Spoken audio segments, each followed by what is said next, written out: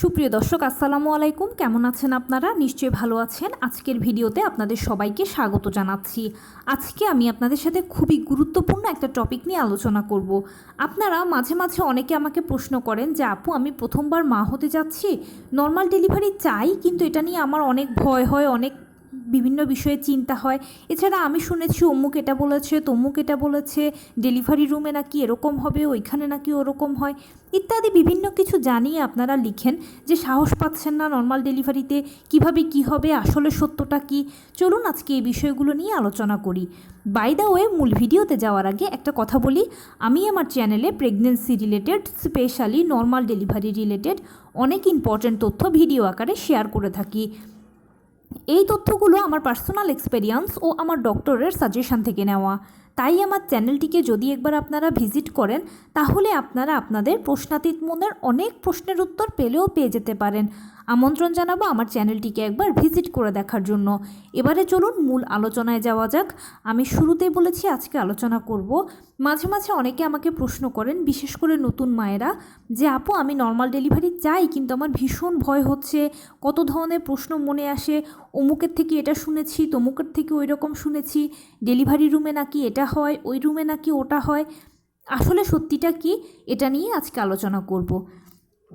দেখুন, আমরা সবাই জানি যে নর্মাল ডেলিভারিটা সিজারের তুলনায় খুব ভালো, কারণ সিজার হলো একটা ছোটোখাটো অপারেশনের আগে পরে বিভিন্ন ধরনের ঝুঁকি থাকে, বিভিন্ন ধরনের সাইড ইফেক্টস থাকে, কিন্তু নর্মাল ডেলিভারি পেশেন্ট এর সব কিছু থেকে সেফ ও সিকিওরড। সারা জীবনভর নর্মাল ডেলিভারি পেশেন্ট ভালো থাকেন। সেই জন্য সব কিছু জেনে শুনে আমরা নর্মাল ডেলিভারিকে পছন্দ করি। সন্তান জন্মদানের ক্ষেত্রে আমাদের অন্যতম পছন্দের পদ্ধতি হচ্ছে নর্মাল ডেলিভারি। কথায় বলে নারীর পূর্ণতা মাতৃত্বে। আপনি যখন কনসিভ করবেন সেই দিন থেকে শুরু হয়ে যায় এই কথাটার পরিপূর্ণতা। অনাগত সন্তানকে নিয়ে নবাগত মা কত স্বপ্ন বুনতে থাকেন। একটু একটু করে যত দিন আগাতে থাকে, ততই মায়ের মনে আনন্দ বাড়তে থাকে। যখনই নবম মাসে পড়ি আমরা, তখনই আমাদের মনে একটা সংশয় কাজ করে যে ডেলিভারিটা কবে হবে, কখন হবে, ইত্যাদি ইত্যাদি অনেক কিছু। আর প্রথম থেকেই মোটামুটি মায়েরা একটা ইচ্ছে পোষণ করেন যে ডেলিভারিটা যেন নর্মালে হয়, কারণ আপনারা জানেন যে নর্মাল ডেলিভারিটা সিজারের তুলনায় ভালো, এটার আশা করেন এবং মনে মনে এটা স্বপ্নই দেখেন। এবং অনেকে কিন্তু দেখা যায় যে প্রথম থেকে খুব অ্যালার্ট থাকে, নর্মাল ডেলিভারির জন্য নিজেকে প্রস্তুত করে। একটু সংক্ষেপে বলি যে কিভাবে নর্মাল ডেলিভারির জন্য প্রস্তুত করবেন নিজেকে। বিশেষ করে কোনো মা যদি এখন ষষ্ঠ, সপ্তম, অষ্টম মাসের গর্ভবতী হয়ে থাকেন আর এই ভিডিওটা দেখে থাকেন, স্পেশালি তাদের জন্য একটু ছোট্ট করে বলি কিভাবে প্রিপারেশানটা নেবেন। প্রিপারেশান কিছুই নয়, নিয়মিত হাঁটাচলা করবেন, টুকটাক কায়িক শ্রম করবেন, লো কমেট ব্যবহার করবেন। সেই সাথে আপনি যেরকম সারাদিনে কাজ করেন না কেন, আপনি হাউসওয়াইফ হন কিংবা কর্মজীবী হন, যেরকম ধরনের কাজ করেন না কেন, সব কিছুর মাঝে যেন টুকটাক কায়িক শ্রম থাকে সেটা একটু নিশ্চিত করবেন এবং পুষ্টিকর খাবার খাবেন।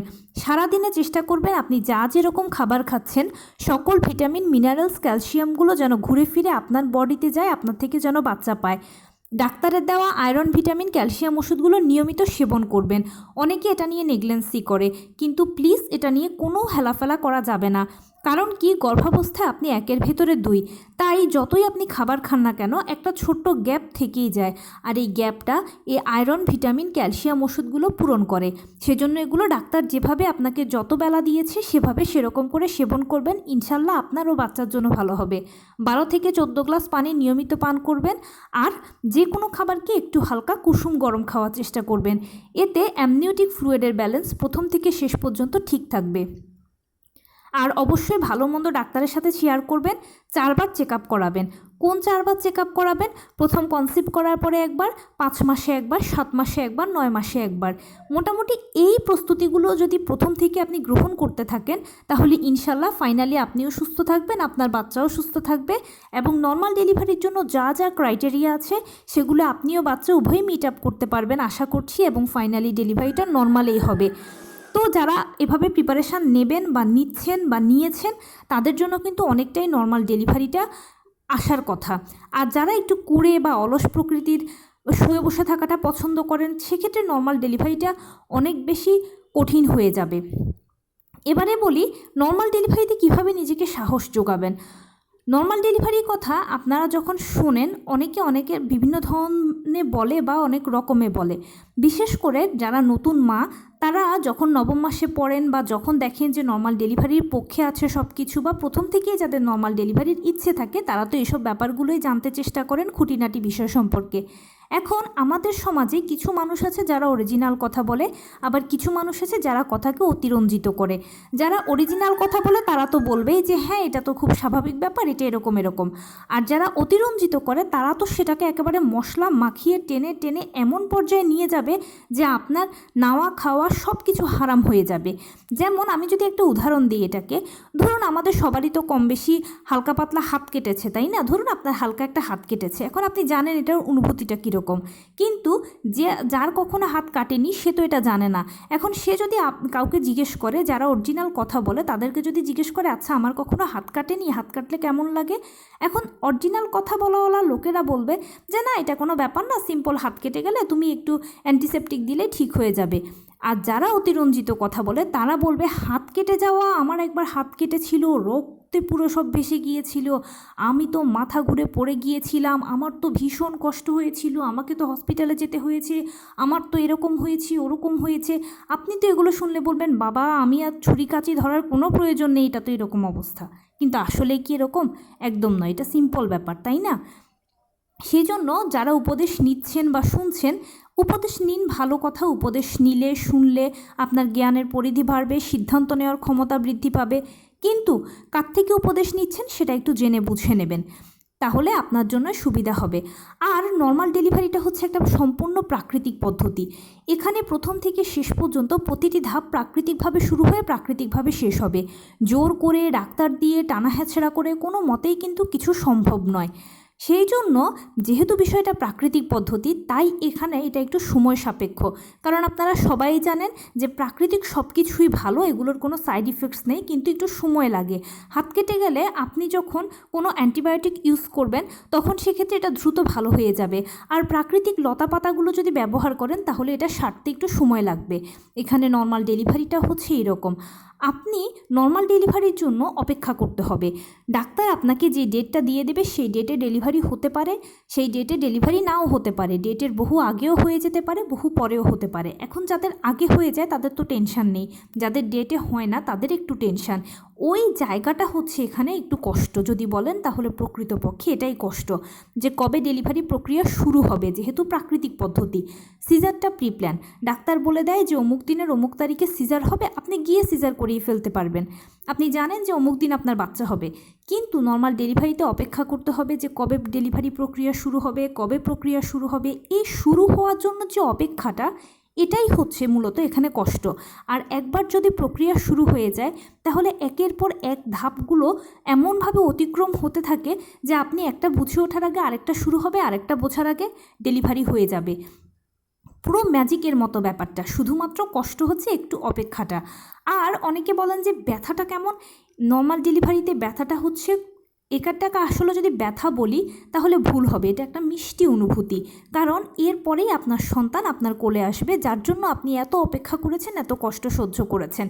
আর ব্যথা আসলে এখানে কিছুই নয়। কারো 10 মিনিট পরপর ব্যথা হয়, কারো 15 মিনিট পরপর হয়, কারো আধা ঘন্টা পরপর হয়। যখন ব্যথাটা শুরু হবে তখন জাস্ট কয়েক সেকেন্ড থাকবে, এরপর আবার চলে যাবে। চলে গেলে আপনি ওঠা বসা হাঁটা খাওয়া দাওয়া সব কিছু করতে পারবেন। এর পরবর্তীতে আবার যদি পেইনটা আসে, জাস্ট কয়েক সেকেন্ড একটু থাকবে, আবার চলে যাবে, আবার আপনি ওঠা বসা হাঁটা চলা ফোনে কথা বলা সব কিছু করতে পারবেন। এটা একটা মিষ্টি অনুভূতি।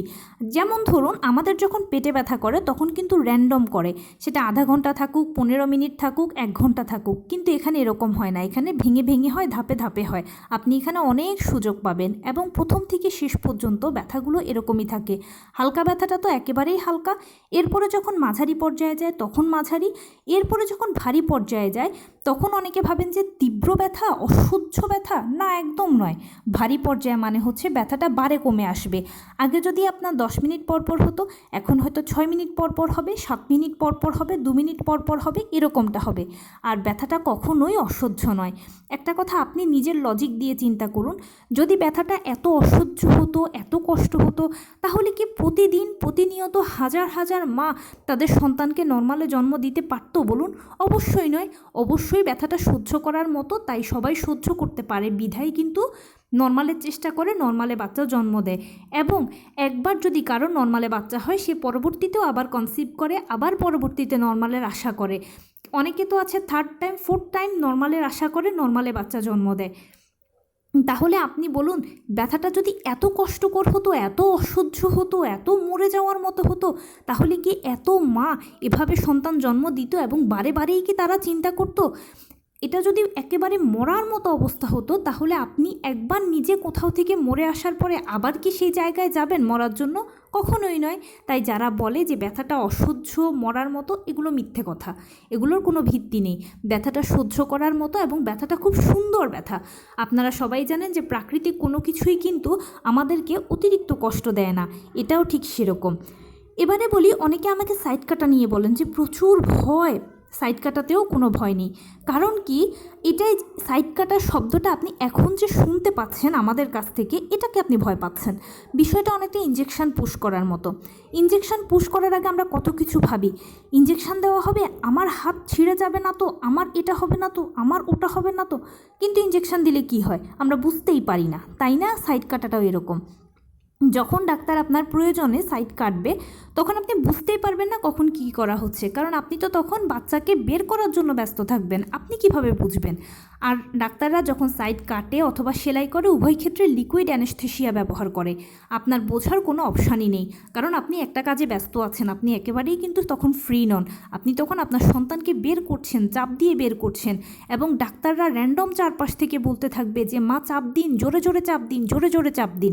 আপনার তখন ধ্যান, জ্ঞান, মন মানসিকতা তখন ওই সন্তানকে বের করার মধ্যেই থাকবে। ডক্টর কি করছে সেটার দিকে আপনার আর মনোযোগ থাকবে না। আর আরেকটা কথা হচ্ছে কি, সাইড সবার কাটতে হয় না। কে বলেছে আপনাকে সবার সাইড কাটতে হয়? যাদের প্যালভিসটা সময় মতো প্রসারিত হতে পারে তাদের সাইড কাটা লাগে না। আর যাদের প্যালভিসটা একটু চাপা, প্রসারিত হচ্ছে না, সেক্ষেত্রে ডাক্তাররা যদি প্রয়োজন বোঝেন তাহলে সাইড কাটেন, না হলে তো নয়। শুধু শুধু কি ডাক্তারের প্রয়োজন আছে আপনার সাইড কাটার? একদম নয়। এখন আপনার মনে প্রশ্ন আসতে পারে, আচ্ছা আমার প্যালভিসটা প্রসারিত কিনা আমি কিভাবে বুঝবো? এটা আপনার বোঝার প্রয়োজন নেই, শুধু নিয়মিত প্যালভিসের ব্যায়াম করবেন। কি ব্যায়াম করবেন? আপনি অবশ্যই লোকোমেটটা ব্যবহার করবেন এবং তার পাশাপাশি নিয়মিত বাটারফ্লাই স্টাইলে বসে থাকবেন 10-15 মিনিট। ছবিতে দেখানো স্টাইলটা হচ্ছে বাটারফ্লাই স্টাইল। এই দুটো ব্যায়াম যদি আপনি নিয়মিত করেন, তাহলে ইনশাল্লাহ আশা করছি প্যালভিস সময় মতো প্রসারিত হবে আর সাইড কাটার প্রয়োজন হবে না। সাইড কাটার পরবর্তীতে অনেকে বলেন যে আচ্ছা এটা কি ফেটে যায় না, সেলাই ছিঁড়ে যায় না? একদম নয়। কারণ কি, আপনার প্রতি 7-8 দিনে একটা নির্দেশনা থাকবে, সেটা হচ্ছে হাইকমেট ব্যবহার করবেন, তখন নিয়মিত ভিটামিন সি সেবন করবেন বা ভিটামিন সি জাতীয় খাবারগুলো খাবেন, এবং তার পাশাপাশি ঠান্ডা পানি ব্যবহার করবেন, একটু চেপে ব্যবহার করবেন, জাস্ট 7 থেকে 8 দিন। 7-8 দিন যদি আপনি এই নিয়মগুলো মানতে পারেন, তাহলে ইনশাল্লাহ অতি দ্রুত আপনার এটা ভালো হয়ে যাবে, কাটা অংশটা জোড়া লেগে যাবে এবং আপনার আর কষ্ট হবে না। 7-8 দিন পরে আপনি একদম স্বাভাবিক অবস্থায় ফিরে আসতে পারবেন। আর সাইড কাটাটা কিন্তু বেসিক্যালি আপনার জন্য ভালো। কারণ কি জানেন তো, যদি আপনি ডাক্তারকে বলেন যে আমার সাইড কাটবেন না, বা ডাক্তার যদি সাইড না কাটে, তাহলে আপনার প্যালভিস তো চাপা। এখন ওই চাপা প্যালভিস দিয়ে যদি বাচ্চাকে টেনে বের করা হয়, তাহলে তার ঘাড়ের পাশের যে রগগুলো আছে এগুলো ছিঁড়ে যাওয়ার সম্ভাবনা থাকে। তাছাড়া বাচ্চা বের হওয়ার জন্য প্রেশার দিচ্ছে এবং আপনি তাকে বের করার জন্য প্রেশার দিচ্ছেন। উভয়ের মিলিত প্রেশারে দেখা যেতে পারে যে আপনার যৌনাঙ্গটা এবড়োথেবড়োভাবে ছিঁড়ে যেতে পারে। কিন্তু যদি হালকা একটু সাইডটা ছেটে দেওয়া হয়, তাহলে বাচ্চাও আরামসে বেরিয়ে চলে এলো, আপনারও কোনো ক্ষতি হলো না। আর 7-8 দিন আপনি অ্যান্টিবায়োটিকগুলো সেবন করলে, ভিটামিন সি সেবন করলে, হাইকমেট ব্যবহার করলে এমনিতেই সুস্থ হয়ে যাবেন। এটা নিয়ে আপনাকে আর কোনো ঘাবড়ানোর দরকার নেই। আর আরেকটা ব্যাপার কি, ডেলিভারি যত এগিয়ে আসে, মায়েরা বিভিন্ন জনের থেকে তত পরামর্শ নিতে থাকে। আমি শুরুতেই বলেছি যে পরামর্শ নেবেন, ভালো কথা, কিন্তু কার কাছ থেকে নেবেন একটু জেনে বুঝে নেবেন। আরেকটা কথা হলো কি, অনেকে একটু মরিয়া হয়ে যায় নর্মাল ডেলিভারির জন্য। যেমন নতুন মায়েরা এই ভুল কাজটা করেন যে আপনারা জানেন নর্মাল ডেলিভারির জন্য পেইন প্রয়োজন। এখন পেইন আসার জন্য কি কি পদ্ধতি অ্যাপ্লাই করা যায়, এটার জন্য অনেকের কাছে আপনারা যান, অনেক কিছু শুনতে পান, টিপস, টোটকা, কৌশল। অ্যাপ্লাই করবেন কি করবেন না সেটা আপনার ব্যক্তিগত ব্যাপার, তবে অ্যাপ্লাই করার আগে অন্তত 100 বার চিন্তা করবেন যে এটা আপনার সন্তানের জন্য নিরাপদ কিনা, আপনার জন্য নিরাপদ কিনা। কারণ ডেলিভারিটা খুবই সেন্সিটিভ একটা ইস্যু। সামান্য 19 থেকে 20 হলে কিন্তু হয়তো মায়ের ক্ষতি হয়, নয়তো বাচ্চার ক্ষতি হয়, বেশিরভাগই বাচ্চার ক্ষতি হয়। আপনি নিশ্চয়ই চাইবেন না তীরে এসে তরি ডুবুক। আরেকটা কথা, ভালোর ক্রেডিট সবাই নেবে, কিন্তু মন্দের দায়টা কেউ নেবে না। যার বা যাদের কথা শুনে আপনি এই কাজটা করলেন, ভালো হলে তো সে ফুল ক্রেডিটটা নেবে, কিন্তু যদি খারাপ হয় তাহলে সে বলবে আপনি আমার কথা শুনেছেন কেন, আপনি না মা সন্তানের ভালোর কথা ভাবেননি কেন। তখন কি করবেন? সামান্য কিছু ভুল হলে সারা জীবন আপনাকে এই ভুলের মাসুল দিতে হবে, অনুশোচনায় ভুগবেন, আয়নায় নিজেকে নিজে মুখও দেখাতে পারবেন না। তাই বলছি, প্লিজ এই ভুল কাজগুলো করবেন না। আমরা সবাই নর্মাল ডেলিভারি চাই, জানি এটা ভালো, পছন্দ করি, কিন্তু আমরা কখনো এটার জন্য মরিয়া হয়ে যাব না। নর্মাল ডেলিভারি একটা প্রাকৃতিক পদ্ধতি, তাই এটাকে প্রাকৃতিকভাবে হ্যান্ডেল করতে হবে, প্রাকৃতিকভাবে প্রস্তুতি নিতে হবে। আর যদি নর্মাল ডেলিভারি হওয়ার হয় তাহলে এটাকে কেউ আটকাতে পারবে না। প্রাকৃতিকভাবে আপনার পেইন আসবে, শুধু ধৈর্য ধরে আপনাকে অপেক্ষা করতে হবে, সময় দিতে হবে, সময় নিতে হবে। যত বেশি আপনার মনোবল দৃঢ় থাকবে, যত বেশি অপেক্ষা করার ক্যাপাসিটি থাকবে, ততই নর্মাল ডেলিভারির চান্স বহুগুণে বেড়ে যাবে। তবে হ্যাঁ, ডাক্তারের সাথে অবশ্যই নিয়মিত যোগাযোগ রাখবেন, নিজে নিজে কিছু করবেন না। কারণ ডেলিভারিটা একটা সেন্সিটিভ ইস্যু, তাই এখানে ডাক্তাররা আমাদের থেকে অনেক বেশি অভিজ্ঞ, তাদের মতামতকে প্রায়োরিটি দেওয়া উচিত। আরেকটা কথা আমি বলে শেষ করব, সেটা হচ্ছে কি, আমি নর্মাল ডেলিভারি ভালো বলেছি সিজারের তুলনায়, কিন্তু তার মানে এটা নয় যে এরকম অনেক পেশেন্ট থাকে যাদের সিজারিয়ানের প্রয়োজন হতে পারে। 90% ডেলিভারি নর্মালে হয়, কারণ মা বাচ্চা ফিট থাকে নর্মালের জন্য, কিন্তু 10% ডেলিভারি আবার সিজারেও হয়, কারণ মা বা বাচ্চার কোনো সমস্যা থাকে। এখন সেটা ডাক্তারই ভালো বলতে পারে কার নর্মাল ডেলিভারি প্রয়োজন, কার সিজার প্রয়োজন। এরকম যদি হয় যে সিজারের প্রয়োজন হয়, তাহলে আমরা সেটাকে উইলিংলি মেনে নেব। কারণ কি, দিন শেষে আমাদের একটাই উদ্দেশ্য, সেটা হচ্ছে সন্তান যেন নিরাপদ থাকে, ভালো থাকে, মায়ের কোলে থাকে, সুস্থভাবে সে যেন পৃথিবীতে আসে, এবং ডেলিভারি পরে মাও যেন সুস্থ থাকে। কারণ মা ও সন্তান একে অন্যের পরিপূরক। মায়ের কিছু হলে বাচ্চা ভালো যত্ন পাবে না, বাচ্চার কিছু হলে মা শান্তি পাবে না। সেই জন্য ডেলিভারিটা যেন সুস্থভাবে হয়, সুন্দরভাবে হয়, মা যেন সুস্থ থাকে, বাচ্চা যেন সুস্থ থাকে, এটাই আমাদের উদ্দেশ্য, কামনা, বাসনা, প্রার্থনা হওয়া উচিত। নর্মাল ডেলিভারি বা সিজার এগুলো তুচ্ছ বিষয়, এগুলো নিয়ে আমাদের বাড়াবাড়ি করাটা উচিত নয়। তবে হ্যাঁ, আমরা সবাই প্রত্যাশা করব, চেষ্টা করব নর্মালের জন্য, প্রস্তুতি নেব নর্মালের জন্য। ফাইনালি যদি নর্মাল ডেলিভারি হয় তাহলে তো ভালো, আর যদি কারো সিজারের প্রয়োজন হয় সেটাকে আমরা উইলিংলি মেনে নেব। তো এই ছিল আজকের ভিডিও। কেমন লাগলো বলুন? যদি ভালো লেগে থাকে ও হেল্পফুল হয়ে থাকে তাহলে প্লিজ লাইক, কমেন্ট, শেয়ার করতে একদম ভুলবেন না। আর সেই সাথে আমার চ্যানেলটিকে সাবস্ক্রাইব করার বিনীত অনুরোধ রইল। পাশে থাকা বেল আইকনটি ক্লিক করে দেবেন, যেন আমি ভিডিও আপলোড করার সাথে সাথে আপনারা নোটিফিকেশান পেয়ে যান। যদি কোনো প্রশ্ন থাকে কমেন্টসে জানাবেন, আমি রিপ্লাই দেব। প্লাস যদি কোনো পরামর্শ থাকে যে কোন বিষয়ের উপরে ভিডিও বানালে আপনারা উপকৃত হবেন, সেটাও জানাবেন। আমি আপনাদের পছন্দের সর্বোচ্চ প্রায়োরিটি দেব। ভালো থাকবেন, সুস্থ থাকবেন। আসসালামু আলাইকুম।